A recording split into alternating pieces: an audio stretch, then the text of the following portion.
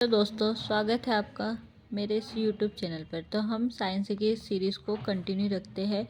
आज हम आगे का पढ़ेंगे। तो हमारा फर्स्ट चैप्टर तो कंप्लीट हो गया था। सेकंड चैप्टर में भी हमने थोड़ा सा पढ़ लिया था। अब हम उससे ही आगे का कंटिन्यू करते हैं। तो हमने थोड़ा पढ़ लिया था यहाँ तक के। अब हम ये पढ़ेंगे, अम्ल एवं क्षारक के विलयन कितने प्रबल होते हैं। हम जानते हैं कि अम्ल क्षारकों के सूचकों का उपयोग करके हम अम्ल क्षारक में अंतर प्रदर्शित करते हैं, लिटमस वगैरह का यूज़ करके। पिछले अध्याय में हमने H+ और OH- आयनों की विलयन की सांद्रता कम होना और तनुकरण के बारे में पढ़ा। क्या हम किसी विलयन में उपस्थित आयनों की संख्या जान सकते हैं? इसको जानने के लिए हम सार्वत्रिक सूचक, जो अनेक सूचकों का मिश्रण का उपयोग करते हैं।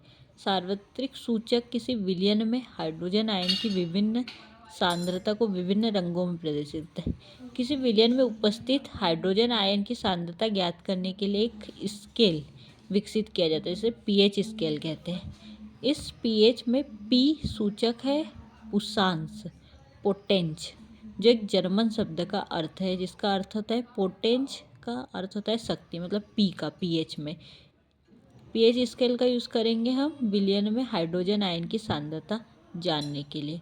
इस pH स्केल में सामान्यतः 0 से 14 तक के pH को ज्ञात किया जाता है। साधारणतः भाषा में pH को एक ऐसी संख्या के रूप में देखना चाहिए जो किसी विलयन की अम्लता एवं क्षारकीयता को दर्शाता है। हाइड्रोनियम आयन की सांद्रता जितनी अधिक होंगी उसका pH उतना ही कम होगा। इसके अपोजिट में होता है, जितनी ज़्यादा हाइड्रोनियम आयन की सांद्रता होती है pH उतना ही कम होता है।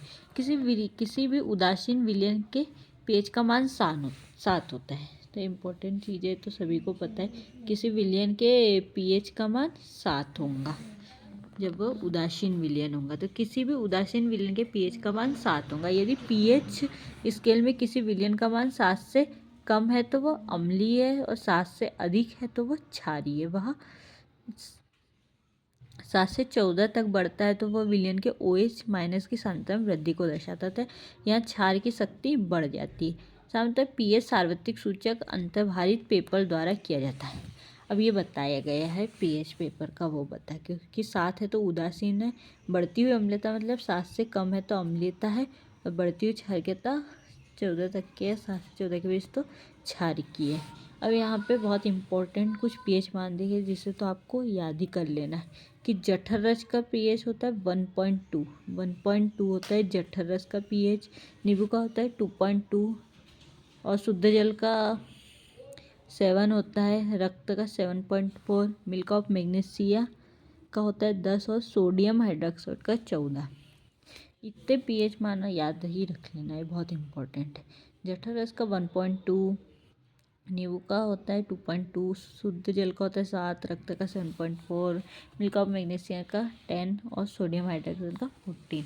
अम्ल क्षारक की शक्ति विलयन में क्रमशः H+ आयन और OH- आयन की संख्या पर निर्भर करती है। यदि हम समान सांद्रता के हाइड्रोक्लोरिक अम्ल तथा एसिटिक अम्ल जैसे एक मोलर विलयन लेते हैं तो विभिन्न मात्रा में हाइड्रोजन आयन उत्पन्न होते हैं। अधिक संख्या में H+ आयन उत्पन्न करने वाले अम्ल प्रबल अम्ल कहलाते हैं, जबकि कम H+ आयन उत्पन्न करने वाले अम्ल दुर्बल अम्ल कहलाते हैं। ये भी बहुत इंपॉर्टेंट है कि ज़्यादा मात्रा में जो H+ आयन उत्पन्न करेंगे वो प्रबल अम्ल होंगे, और कम मात्रा वाले दुर्बल अम्ल होंगे।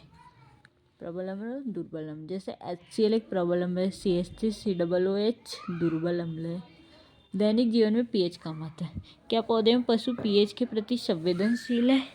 तो हमारे शरीर का pH क्या होता है? 7.0 से 7.8। ये वैल्यू तो याद ही रख लेना। हमारे शरीर का pH परास सही है 7.0 से 7.8। जीवित प्राणी केवल संकीर्ण pH परास में ही जीवित रह सकते हैं। वर्षा के जल की मात्रा अगर 5.6 से कम है तो वह अम्लीय वर्षा होंगी। वर्षा के जल की मात्रा अगर 5.6 से कम है तो वो अम्लीय वर्षा होंगी। अम्लीय वर्षा का जल जब नदी में प्रवाहित होता है तो नदी के जल के pH का मान भी कम कर देता है। ऐसे में उसमें जो जीवधारी रहते हैं उनको कठिनाइयाँ होती है। तो ये 2 चीज़ यहाँ याद रखना है। यहाँ से अपने को हमारे शरीर का है पीएच मान 7.0 से 7.8 तक, और अम्लीय वर्षा कौन सी होगी जिस वर्षा का पीएच मान 5.6 से भी कम होगा। अब यहाँ पे एक इम्पॉर्टेंट चीज़ दी है कि शुक्र का वायुमंडल सल्फ्यूरिक अम्ल का बना होता है। सल्फ्यूरिक अम्ल के मोटे श्वेत और पीले बादलों का बना होता है। फिर है आपके बगीचे के मिट्टी का पीएच क्या है। अच्छी उपज के लिए पौधे को एक विशिष्ट पीएच परास की आवश्यकता है। किसी पौधे के स्वस्थ विकास के लिए आवश्यक पीएच को ज्ञात करें। तो यहाँ पे एक एग्जाम्पल दिया है कि मिट्टी ले लेना, उसका पीएच चेक करना है। और फिर है हमारे पाचन तंत्र का पीएच। तो यह अत्यंत रोचक है कि हमारा उदर HCl अम्ल उत्पन्न करता है। हमारा जो आमाशय है वो HCl अम्ल उत्पन्न करता है। यह उदर को हानि पहुंचाए बिना भोजन के पाचन में सहायक होता है। पर कभी कभी जो अपच हो जाती है एसिडिटी की स्थिति में उदर अत्यधिक मात्रा में ये HCl अम्ल उत्पन्न करता है, जिसके कारण उदर में दर्द और जलन होती है। इस दर्द से मुक्त होने के लिए एंटासिड जैसे क्षारकों का यूज़ करेंगे। अम्ल को अगर निष्क्रिय करना है तो हम क्षारक का यूज़ करेंगे, एंटासिड।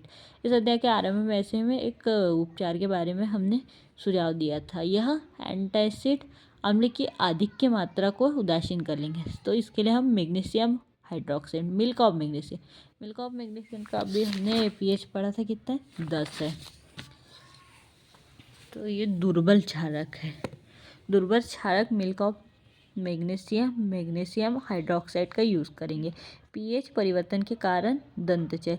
मुंह के पीएच का मान 5.5 से कम होने पर दांतों का क्षय प्रारंभ हो जाता है।